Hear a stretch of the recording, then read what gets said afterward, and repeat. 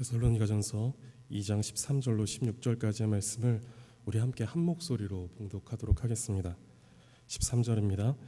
이러므로 우리가 하나님께 끊임없이 감사함은 너희가 우리에게 들은 바 하나님의 말씀을 받을 때에 사람의 말로 받지 아니하고 하나님의 말씀으로 받음이니 진실로 그러하도다. 이 말씀이 또한 너희 믿는 자 가운데에서 역사하느니라. 형제들아, 너희가 그리스도 예수 안에서 유대에 있는 하나님의 교회들을 본받은 자 되었으니 그들이 유대인들에게 고난을 받음과 같이 너희도 너희 동족에게서 동일한 고난을 받았느니라.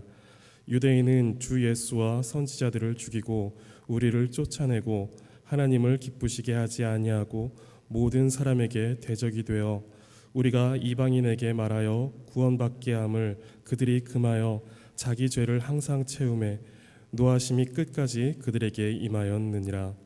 아멘.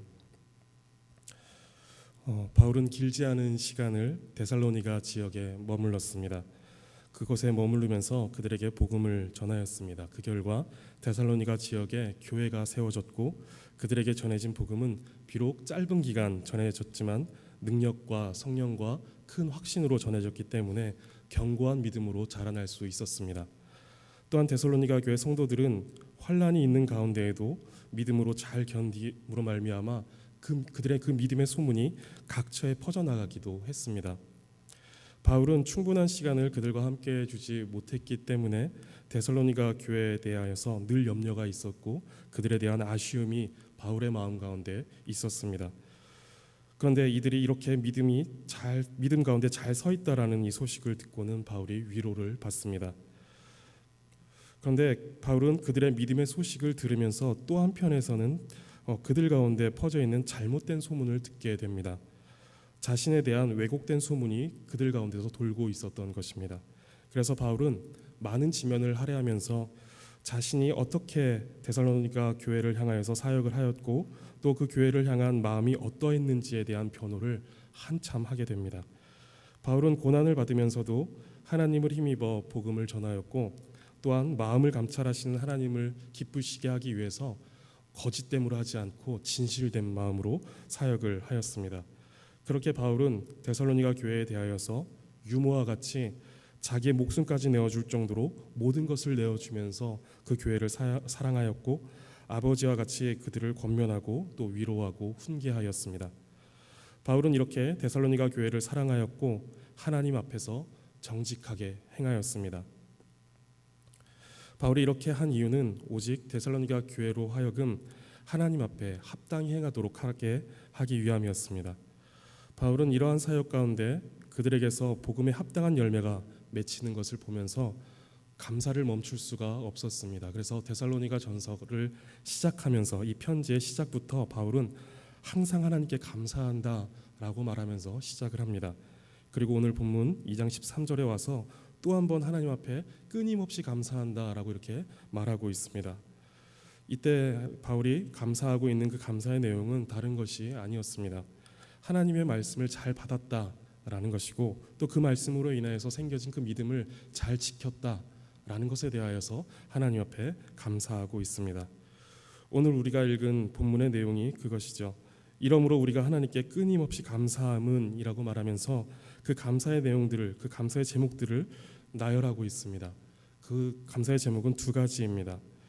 오늘 이 감사의 내용을 통하여서 우리 자신과 또 우리 교회를 살펴보기를 원하고 이 귀한 감사의 내용이 그리고 우리에게 그리고 이 교회, 우리 교회 가운데 회복되고 또 잘 유지되기를 간구하고 결단하는 시간이 되었으면 좋겠습니다. 먼저 바울의 첫 번째 감사의 제목은 13절입니다. 우리 방금 읽었지만 한 번 더 우리 13절의 말씀을 함께 읽어보도록 하겠습니다. 함께 읽겠습니다. 이러므로 우리가 하나님께 끊임없이 감사함은 너희가 우리에게 들은 바 하나님의 말씀을 받을 때에 사람의 말로 받지 아니하고 하나님의 말씀으로 받음이니 진실로 그러하도다. 이 말씀이 또한 너희 믿는 자 가운데에서 역사하느니라. 아멘. 데살로니가 교회가 바울에게 하나님의 말씀을 받을 때에 그 말씀을 사람의 말로 받지 아니하고 하나님의 말씀으로 받았다라고 이렇게 말을 합니다. 바울이 전하고 있는 이 복음이 당시 유행하던 어떤 철학이나 사람의 어떤 사변 정도로 생각하지 않고 살아계신 하나님의 말씀, 진리로 그들이 받았다라는 것입니다. 여기서 이제 받는다라는 표현이 두 번 나오게 됩니다. 하나님의 말씀을 받을 때라고 말하면서 한 번 나오고, 또 그 말씀을 사람의 말이 아니라 하나님의 말씀으로 받음이니라고 말하면서 받았다라는 이 동사가 또 한 번 나옵니다. 그런데 이 두 단어는 다른 단어입니다. 먼저 나오는 하나님의 말씀으로 받을 때라는 이 받는다라는 표현은 객관적인, 그리고 또 외형적으로 받는다라는 의미입니다. 객관적인 사실로서 외형적으로 접수한다라는 이런 의미가 있는 것입니다. 우리가 길에서 전도를 하거나 아니면 지인에게 복음을 전한다거나 할 때 우리가 전하는 그 행동이 그와 같은 것입니다. 우리가 누군가 우리에게 교회를 가자고 하였든, 우리에게 복음을 전해 주었든, 아니면 우리를 강제로 교회로 끌고 나왔든, 그렇게 해서 하나님의 말씀을 우리는 다 어떤 방법으로든 듣게 되었을 것입니다. 이렇게 하나님의 말씀을 객관적인 사실로서 외형적으로 접하게 되는 이 과정이 우리에게 있었듯이, 데살로니가 교회도 역시 지금 바울을 통하여서 하나님의 말씀을 외형적으로 접하게 되었다라는 것입니다. 그리고 바울의 역할은 거기까지였습니다. 우리가 복음을 전하는 것도 마찬가지입니다. 우리의 역할은 복음을 외형적으로 전하는 것까지입니다. 예수님께서 우리에게 맡기신 사명도 이것입니다. 때를 얻든지 못 얻든지, 듣든지 아니 듣든지 힘써 전하는 것입니다. 그래서 우리의 전도의 목적은 열매가 아니라 순종입니다. 즉 우리에게 맡기신 그 사명에 순종하여 힘써 전하는 순종 자체가 전도의 목적이 되는 것입니다. 바울은 그 사명을 고난과 핍박, 내쫓김을 당하면서도 힘써 감당하였습니다. 그러한 가운데 데살로니가 지역으로 들어가 복음을 전하였는데, 그곳에서 데살로니가 교회 성도들이 복음을 받을 때에 사람의 말로 받지 아니하고 하나님의 말씀으로 받았다라고 이렇게 말하고 있습니다. 여기서 이제 두 번째, 사람의 말로가 아니라 하나님의 말씀으로 받았다라고 하는 이 받았다라는 표현이 두 번째로 나오고 있는데, 이때 나오는 받았다라는 말은 주관적인 수용을 이야기합니다. 이 말에는 즐거움, 기쁨 등의 어떤 주관적인 감동, 감격이 포함되어 있는 것입니다. 그냥 주니까 받는 이런 기계적인 그런 반응의 모양이 아니라 적극적으로 기쁨 가운데, 즐거움 가운데 그 말씀을 받았다라는 것입니다. 여기서 이제 우리가 생각해 볼 것은, 이렇게 말씀을 즐거움으로 받는다라는 것이 우리로서 가능한 것인가라는 것입니다. 답은 그럴 수 없다라는 것입니다. 우리는 하나님의 말씀이 우리에게 외형적으로 전해졌을 때 그것을 우리 스스로 그것을 즐거움으로 받아낼 수 없다라는 것이 답입니다. 타락한 본성을 지닌 사람은 누구도 스스로 하나님의 말씀을 즐거움으로 받을 수가 없습니다. 사람이 진리에 관하여서, 하나님에 관하여서 그만큼 눈이 멀어 있기 때문에 그렇습니다. 사람은 전적으로 타락하여 결코 스스로 진리에 이를 수 없고 하나님을 알 수도 없고 하나님을 믿을 수도 없습니다. 바울은 로마서에서 이렇게 말합니다. 우리 함께 로마서 1장 28절을 읽어보도록 하겠습니다. 로마서 1장 28절입니다. 함께 읽습니다. 또한 그들이 마음에 하나님 두기를 싫어하며 하나님께서 그들을 그 상실한 마음대로 내버려 두사 합당하지 못. 로마서 1장 28절에 그들이 마음에 하나님을 두기 싫어하였다라고 이렇게 말하고 있습니다. 그래서 하나님께서 그들을 그 상실한 마음대로 내버려 두사 합당하지 못한 일을 하게 하셨다라고 이렇게 말씀하고 있습니다. 사람은 기본적으로 하나님을 마음에 두고자 하는 마음이 없습니다. 마음이 없는 것을 넘어서서 하나님을 마음에 두기 싫어합니다. 그리고 하나님은 그런 사람들의 그 마음을 그냥 내버려 두셨다라고 말하고 있습니다. 그렇기 때문에 사람에게서는 어떠한 소망도 없는 것입니다. 사람은 기본적으로 하나님을 마음에 두기 싫어하고 하나님은 그러한 사람들을 내버려 두셨다라고 말씀하고 있기 때문입니다. 그런 사람이 외형적으로 말씀을 받는다라고 하여 그들에게 말씀이 들리겠습니까? 결코 들릴 리가 없습니다. 들리지 않을 뿐만 아니라 오히려 그들은 그 말씀을 전하는 것에 대하여서 조롱합니다. 결코 사람은 말씀을 받으며 그 말씀을 즐거워함으로 받을 수 있는 상태가 아닙니다.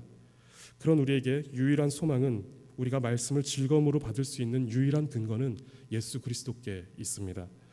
예수 그리스도는 우리를 그 상실한 마음 가운데 내버려 두지 않으시고, 또한 고아와 같이 우리를 버려두지 않으시고 우리 가운데 오시어 우리를 구원하셨습니다. 그래서 바울은 로마서 5장 8절에서 우리가 아직 죄인 되었을 때에 그리스도께서 우리를 위하여 죽으심으로 하나님께서 우리에 대한 자기의 사랑을 확증하였느니라 라고 이렇게 말씀하였습니다. 그리고 우리를 위하여 죽으신 그리스도로 말미암아 하나님 안에서 우리가 즐거워할 수 있다라고 바울은 이어서 말합니다.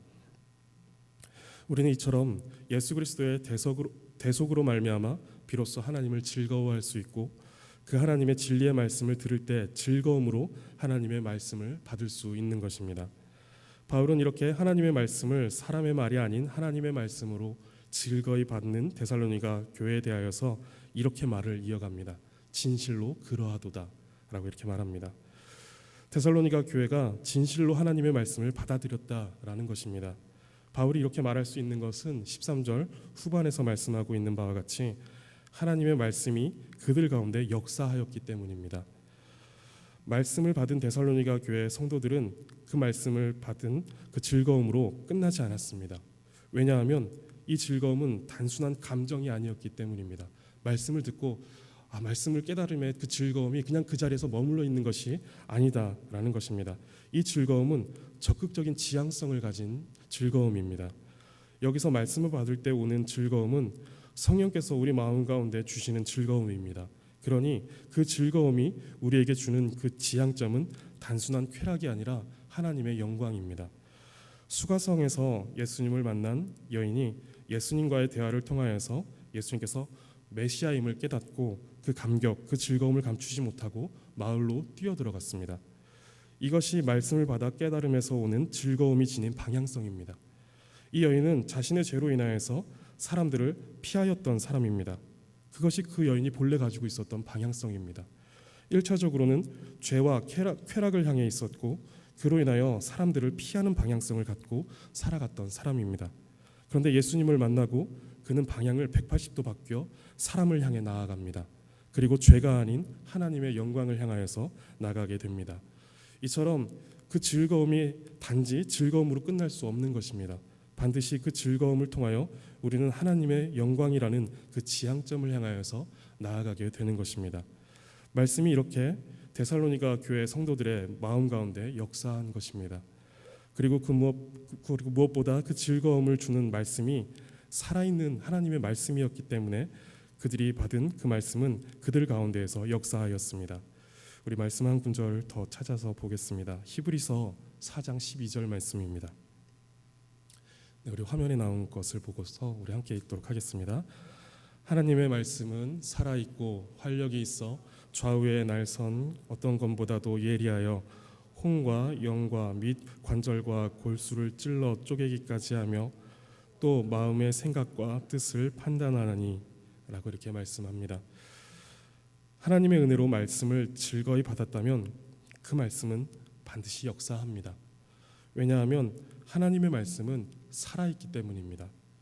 단순한 감동과 감격으로 우리의 코끝을 찡하게 하는 정도가 아니라 그 말씀은 우리의 영혼을 소생케 하는 살아있는 말씀입니다. 하나님의 말씀은 어떤 검보다도 예리하여 혼과 영과 및 관절과 골수를 쪼개기까지 하며 또 마음의 생각과 뜻을 감찰한다, 판단한다 라고 이렇게 말씀합니다. 즉 하나님의 말씀은 사망과 저주 가운데 어떠한 몸부림조차 할 수 없는 죽은 우리의 영혼에 생명을 주시는 것입니다. 그 말씀은 우리 속에 들어와 우리의 거짓되고 부패한 본성을 예리하게 지적하고 또한 죄악된 본성으로 괴로워하게 하며 거룩하신 하나님을 인식하게 하여 회개하도록 하는 역사를 일으킵니다. 그래서 한 번도 죄라고 느껴보지 못했던 죄를 죄로 여기게 됩니다. 단순히 도덕적인 죄, 어떤 윤리적인 그런 죄만을 깨닫게 하는 것이 아니라 한 번도 나는 이것을 죄라고 여기지 못했던 그것을 죄로 여기게 된다라는 것입니다. 그것은 하나님을 떠나 있다라는 것에 대한 죄의 인식입니다. 살아있는 하나님의 말씀이 우리 속에 역사하지 않으시면 절대로 가질 수 없는 죄에 대한 인식입니다. 하나님의 말씀이 우리 속에서 역사하여야지만 우리는 하나님을 떠나 있다라는 것이 죄로 여겨지게 되는 것입니다. 그런데 하나님께서 하나님의 말씀이 우리 가운데 들어오면 우리는 하나님을 떠나 있다라는 것이 얼마나 큰 죄인지를 깨닫게 됩니다. 말씀이 우리 속에 들어와 역사하시면 그 말씀은 우리의 전인격 가운데서 운동합니다. 우리의 죄가 결단코 말씀을 피하여 숨을 수 없습니다. 우리의 몸에 배어 있는, 그리고 우리의 생각과 감정 가운데 녹아 있는 죄까지도 그 말씀 앞에 발각되어 우리는 그 깨달은 죄로 말미암아 깊은 괴로움에 빠지게 되고 또 그리스도를 의지할 수밖에 없는 철저히 무력한 죄인임을 깨닫게 됩니다. 이것이 살아있는 하나님의 말씀의 능력입니다. 살아있는 하나님의 말씀이 성도님들 속에서 지금도 살아 역사하고 있으신가요? 그 말씀이 오늘도 활력이 있어 성도님들의 전인격 가운데 녹아있는 그 죄를 지적하고 있습니까? 그래서 성도님들께서 예수 그리스도를 의지할 수밖에 없는 무력한 죄인임을 깨닫게 하고 있습니까? 우리는 이것을 날마다 점검해야 합니다. 그리고 이것을 날마다 간구해야 합니다. 그리고 하나님의 말씀이 우리 속에서 이렇게 역사하고 계시다라면 우리는 이것이 얼마나 큰 은혜인지를 알고 감사해야 합니다. 바울이 데살로니가 교회에 대하여 하나님께 끊임없이 감사하고 있는 첫 번째 감사의 제목이 바로 이것입니다. 하나님의 말씀이 생명 없는 허무한 말로 들리지 않고 살아있고 운동력이 있어 우리의 혼과 영과 또 관절과 골수 그리고 마음의 생각과 뜻 가운데 역사하사 죄를 회개하게 하고 또 예수 그리스도를 의지하는 살아있는 새 사람이 되게 하는 살아있는 말씀으로 받게 하는 것입니다. 바울은 이것이 너무도 감사했던 것입니다. 그리고 그 감사를 도저히 멈출 수 없던 것입니다. 우리의 참된 감사가 이것입니다. 도무지 살아날 수 없는 절망적인 우리가 하나님의 은혜 가운데 생명의 말씀을 받아 구원을 얻은 것, 이것이 우리의 참된 감사이고 끊임없는 감사의 제목이 되어야 하는 것입니다. 그리고 교회에 한 생명이 들어와 말씀으로 소생케 되어 그 안에 말씀이 살아 역사하는 것을 보는 것이 교회의 가장 큰 기쁨이요 감사가 되어야 합니다. 이러한 감사를 잃으면 교회는 그 생명력에 대한 감각을 상실한 것이고 교회로서 가장 중요한 정체성을 잃어버린 것입니다. 우리는 이러한 본질적인 감사가 회복되어야 합니다. 무엇을 먹을까, 무엇을 입을까, 무엇을 마실까 라는 이방인들의 구하는 것으로 말미암은 감사로 그쳐서는 안 됩니다. 그것은 세상 사람들도 다 할 수 있는 감사입니다. 강변교회가 이 본질적인 감사가 회복되기를 바랍니다. 말씀이 우리 가운데 충만하고 그 말씀으로 인한 즐거움이 가득하며 그 살아있는 말씀이 능력 있게 역사함으로 감사가 끊이지 않는 강변교회가 되기를 바랍니다. 바울은 이어서 이제 두 번째 감사의 제목을 이야기합니다. 우리 14절 말씀 본문 데살로니가전서 2장 14절 말씀을 함께 읽도록 하겠습니다. 형제들아 너희가 그리스도 예수 안에서 유대에 있는 하나님의 교회들을 본받은 자 되었으니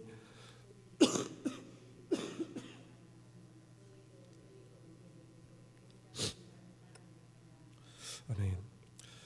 바울은 데살로니가 교회가 그리스도 예수 안에서 유대에 있는 하나님의 교회들을 본받는 자가 되었다라고 이렇게 이야기합니다. 그리고 그것이 바울의 감사의 제목이었습니다. 데살로니가 교회는 그리스도 예수 안에 있는 교회였습니다. 왜냐하면 그들이 받은 복음이 그리스도 예수의 복음이었기 때문입니다. 그들은 그 예수 그리스도의 복음을 따라 유대에 있는 하나님의 교회를 본받는 자들이 되었습니다. 이는 유대에 있는 하나님의 교회가 그리스도 예수의 복음에 합당하게 행한 것처럼 데살로니가 교회도 그리스도 예수의 복음에 합당하게 행하였다라는 것입니다. 그런데 그 합당히 행하였다라는 것은 다른 것이 아니라 그리스도 예수의 복음으로 말미암아 고난을 받았다라는 것입니다. 유대에 있는 하나님의 교회가 유대인들에게 고난을 받은 같이 너희도 너희 동족에게서 동일한 고난을 받았다라고 이렇게 이야기합니다. 이때 동일한 고난을 받았다라는 것은 데살로니가 교회가 유대에 있는 하나님의 교회가 그리스도를 믿지 않는 유대인들로부터 받은 고난과 같은 성격의 고난을 동족으로부터 받게 되었다라는 것입니다. 유대에 있는 하나님의 교회가 유대인들로부터 받은 고난에 대하여 바울은 15절에서 이렇게 기록합니다. 그들은 주 예수와 선지자들을 죽였습니다.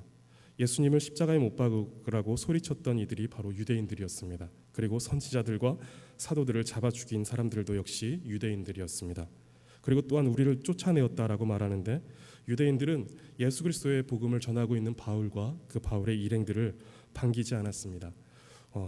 쫓아내다라는 말은 핍박하다, 괴롭히다라는 의미가 포함되어 있습니다. 그냥 나가달라라고 이렇게 쫓아낸 것이 아니라 그들을 핍박하고 괴롭히면서 그 바울과 그 일행들을 쫓아냈다라는 것입니다. 데살로니가에서 유대인들이 바울과 바울의 그 일행들을 그렇게 쫓아냈죠. 그들이 깡패를 동원하기까지 하면서 바울과 그 일행들을 쫓아내었습니다. 그리고 유대인들은 하나님을 기쁘시게 하지 않았습니다. 그들은 앞서 읽은 로마서의 내용처럼 하나님을 마음에 두기 싫어했습니다. 그리고 그들은 하나님을 알지만 하나님을 영화롭게도 하지 아니하고 감사하지도 않았습니다. 그리고 그들은 하나님을 기쁘시게 하지 않을 뿐만 아니라 모든 사람에게 대적이 되었습니다. 이 말은 하나님의 생명의 복음을 받는 모든 사람들의 대적이 되었다라는 말입니다. 왜냐하면 앞서 밝힌 바와 같이 그들은 생명의 복음이신 예수 그리스도를 죽였고 복음을 전하는 선지자와 사도들을 핍박하였기 때문입니다. 그래서 복음을 받는 모든 사람들의 대적이 된 것입니다. 16절에서 바울은 이방인에게 복음을 전하여 구원받게 함을 유대인들이 금하였다라고 말하면서 하반절에 그로 인하여 자기 죄를 항상 채우매 노하심이 끝까지 그들에게 임하였느니라 라고 말합니다. 이 말은 굉장히 무서운 말입니다. 노하심이 끝까지 그들에게 임하였다라는 말은 완전하게 그리고 충분히 임하였다라는 말입니다. 그들이 자기 죄를 항상 채우는데 그것을 꼭지까지 채워서 하나님의 진노가 그들에게 임할 충분한 근거를 스스로 만들어내었다라는 것입니다. 로마서 1장을 다시 보면 로마서 1장 24절에 하나님께서 그들을 마음의 정욕대로 내버려 두셨다라고 말씀하고 있고 26절에서는 하나님께서 그들을 부끄러운 욕심 가운데 내버려 두셨다라고 말씀하고 있고 28절에서는 하나님께서 그들을 상실한 마음대로 내버려 두셨다라고 이렇게 말씀하고 있습니다.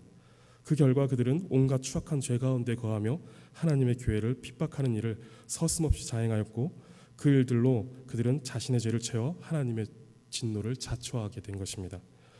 유대인들이 이러한 죄를 범한 데는 예수 그리스도의 복음이 그들의 어리석음 가운데 고집하고 있던 자신들의 어떤 유대교의 신앙 전통과 체계를 파괴한다라는 생각 가운데서 발생하였을 것입니다. 그래서 그들은 그 중심에 있는 예수 그리스도와 예수 그리스도의 복음을 전면으로 부정하고 그의 사도들과 그리고 그의 교회들을 핍박하였을 것입니다. 대표적으로 사도 바울이 예수님을 만나기 전에 그렇게 핍박하던 사람이었습니다. 아마도 데살로니가 교회 성도들도 예수 그리스도의 복음을 받은 후에 그들의 변화된 삶으로 말미암아 발생하는 어떤 단절과 핍박이 있었을 것입니다. 데살로니가전서 1장 9절을 중간쯤에 보시면 너희가 어떻게 우상을 버리고 하나님께로 돌아와서 살아계시고 참되신 하나님을 섬기는지와 라고 이렇게 말합니다. 이들이 복음을 받아들인 후에 우상을 버리고 참되신 하나님을 섬기게 된 것입니다. 데살로니가 교회는 예수 그리스도의 복음을 듣고는 우상을 버리고 하나님께로 돌아와 살아계시고 참되신 하나님을 섬기게 되었습니다. 즉 우상을 섬기던 자들이 더 이상 우상을 섬기지 않게 된 것이고 돈을 사랑하여 돈을 따라다니던 자들이 더 이상 돈을 따라다니지 않게 된 것입니다. 그렇게 변화된 데살로니가 교회 성도들의 새로운 삶으로 인하여 여전히 우상을 섬기고 또 여전히 돈을 사랑하는 가족들과 이웃들과 함께하지 못하게 되었던 것입니다. 이렇게 변화된 모습은 기존의 가족과 이웃 그리고 즉 그 동족들이 가졌던 전통과 그 삶의 체계를 파괴하였을 것입니다. 그렇게 가족들과 이웃들에게서 단절되어 갔고 그들의 변한 모습에 핍박이 가해졌던 것입니다. 우리 한국 사회에도 복음이 들어오면서 이러한 단절과 핍박이 많이 나타났었습니다. 신앙이 없는 집에 신앙인이 들어가면서 제사를 거부했던 모습이 아마 대표적일 것입니다. 많은 가정이 그랬을 것이라고 생각합니다. 아마 가족 가운데 신앙의 1세대이신 분들은 대부분 이러한 단절과 핍박 속에서 총성 없는 전쟁을 끊임없이 해야만 했을 것입니다. 너가 우리 집에 들어오면서 조상을 잘 섬기지 않으니까 너의 남편이 그렇게 잘 안 풀리는 거고 누가 아픈 것이고 그리고 이 집안이 제대로 돌아가질 않는다. 너한테 서양 귀신이 씌인 것이다. 라고 이런 소리를 들어야만 했을 것이고 행실은 2배, 3배 이상 그 이상으로 조심해야만 했을 것입니다. 어떤 작은 꼬투리만 잡힌다 하더라도 그것이 신앙과 연관이 되어 핍박으로 다가왔을 것입니다.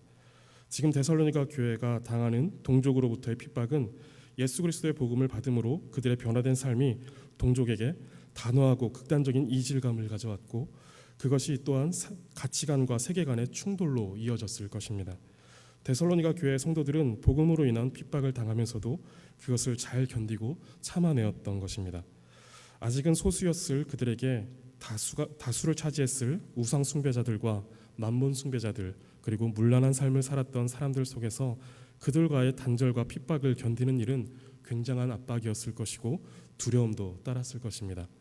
바울은 그러한 고난을 기꺼이 받으며 견디고 있는 데살로니가 교회에 대하여서 감사를 멈출 수 없었던 것입니다. 교회의 고난 그리고 성도가 받는 핍박은 피할 수 없는 것입니다. 경건하게 살고자 하는 자는 박해를 받게 됩니다.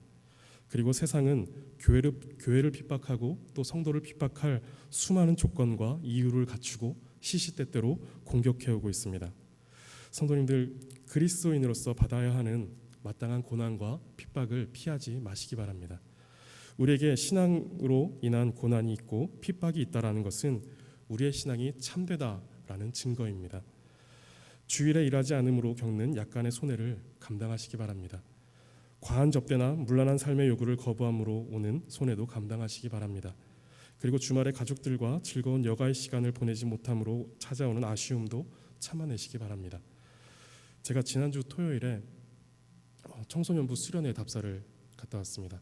청소년부 수련회를 아주 좋은 물 좋고 산 좋은 횡성으로 가는데 그곳에 갔더니 가서 이제 깜짝 놀랄 그런 풍경을 보았는데 주말에 놀러 나온 가족들이 이렇게 많다라는 것을 보면서 깜짝 놀랐습니다. 왜냐하면 이제 저는 어려서 다녔던 교회가 청소년부 예배 그리고 청년 예배가 다 토요일에 있었습니다. 그러다 보니까 토요일, 주일 이렇게 밖에 나가서 이렇게 놀았던 기억이 저에겐 별로 없습니다. 근데 이제 가족들이 이렇게 많이 나와서 주말에 노는구나라는 것에 놀라운 것보다 더 놀라운 것은 그런 풍경을 보면서 제가 부러워하고 있다라는 것입니다.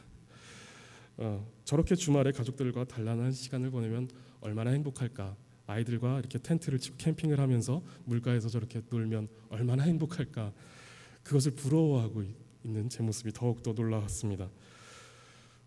그렇게 생각을 하고 또 이제 아이들이 이제 커서 친구들은 주말에 부모님과 아빠 엄마와 함께 이렇게 캠핑도 가고 놀이동산도 가고 이런 것을 보고 부러워하고 이제 투정을 부리면 이건 또 얼마나 마음이 무거울까라는 이런 생각까지 하게 되었습니다.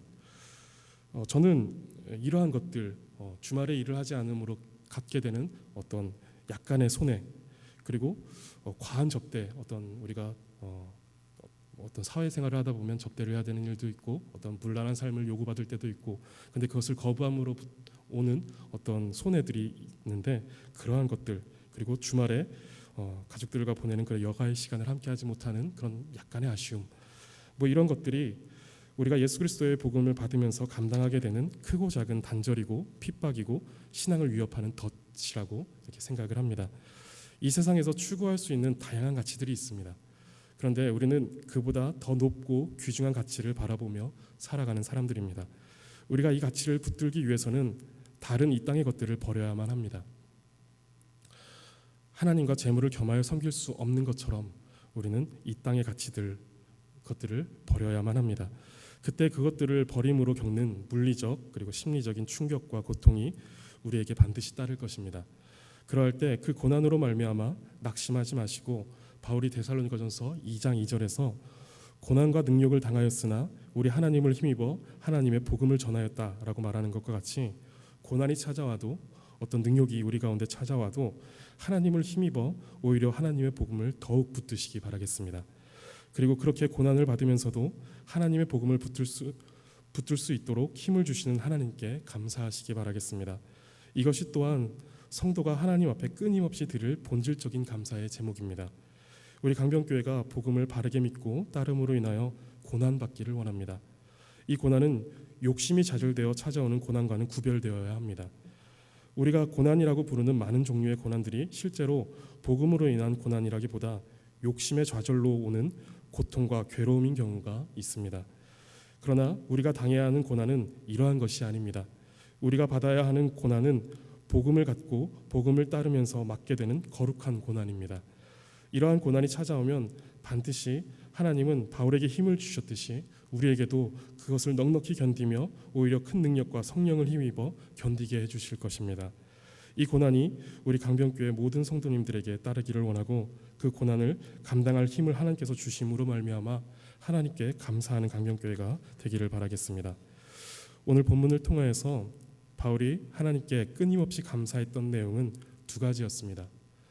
살아있는 하나님의 말씀이 데살로니가 교회 성도들 가운데 들어가 역사하였다라는 것과 그 말씀을 받은 데살로니가 교회 성도들이 동족들 가운데 그 복음으로 인하여 고난을 받았다라는 것입니다. 이 두 감사의 내용은 이 땅에서의 잘됨에 대한 감사는 확실히 아닙니다. 오히려 이 땅에서는 단절과 핍박을 당하게 되었습니다. 그러나 이 땅이 결코 줄 수 없는 영원한 생명과 하나님의 영광에 대한 감사입니다. 우리 강변교회가 다른 모든 일 가운데에서도 감사가 넘치기를 바라지만 무엇과도 비교할 수 없는 이 참된 감사가 늘 넘치기를 간절히 바라겠습니다. 기도하겠습니다. 하나님 감사합니다. 죄로 죽을 수밖에 없었던 우리이고 하나님을 마음에 두기 싫어하던 우리인데 그런 우리를 택하시고 하나님의 말씀을 기쁨으로 받게 하시니 감사합니다. 그리고 그 말씀으로 우리 가운데 역사하사 우리의 죄를 밝히 드러내시어 죄를 깨닫게 하시고 예수 그리스도를 의지하여 구원에 이르게 하시니 무한 감사드립니다. 우리가 이 말씀을 더욱 사랑하게 하시고 이 살아계신 하나님의 말씀을 더욱 힘써 전하여 그 말씀이 잃어버린 한 영혼에게 역사되어지기를 또한 기뻐하고 감사하는 우리가 되게 하여 주옵소서. 그리고 또한 그 복음 가운데 거하며 얻게 되는 고난을 넉넉히 감당할 힘을 주시기를 원합니다. 경건하게 살고자 하는 자에게 찾아오는 박해에 오히려 감사하는 우리가 되게 하시고 사도 바울이 나는 이제 너희를 위하여 받는 괴로움을 기뻐하고 그리스도의 남은 고난을 그의 몸된 교회를 위하여 내 육체에 채우노라 라고 말하였듯이 그리스도의 남은 고난을 우리의 삶에 채워나가며 그 영광스러운 고난에 거룩한 고난에 동참함으로 크게 감사하는 우리가 되게 하여 주시옵소서. 감사드리며 예수 그리스도의 이름으로 기도드립니다. 아멘.